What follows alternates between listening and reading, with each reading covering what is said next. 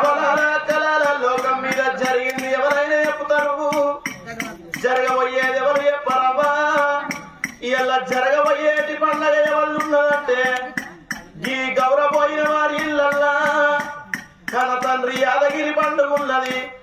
ఆ యాదగిరి అనుకున్నాడు శ్రీరాముడు లేక ఒక్క కొడుకును కనుకున్నాడవా, పార్వతేవి లేక ఒక్క బిడ్డని కనుకున్నాడు. ఆ యాదగిరి ప్రాణం వేయిల్లాడు. భార్య స్వప్నమ్మను విలుసుకొని, కొడుకు రాహులను విలుసుకొని, బిడ్డ గల్లా అఖిలను విలుసుకొని, ఆ కన్న బిడ్డకు కొడుకుకు ఏమి చెప్పిపోయిండే అమ్మా.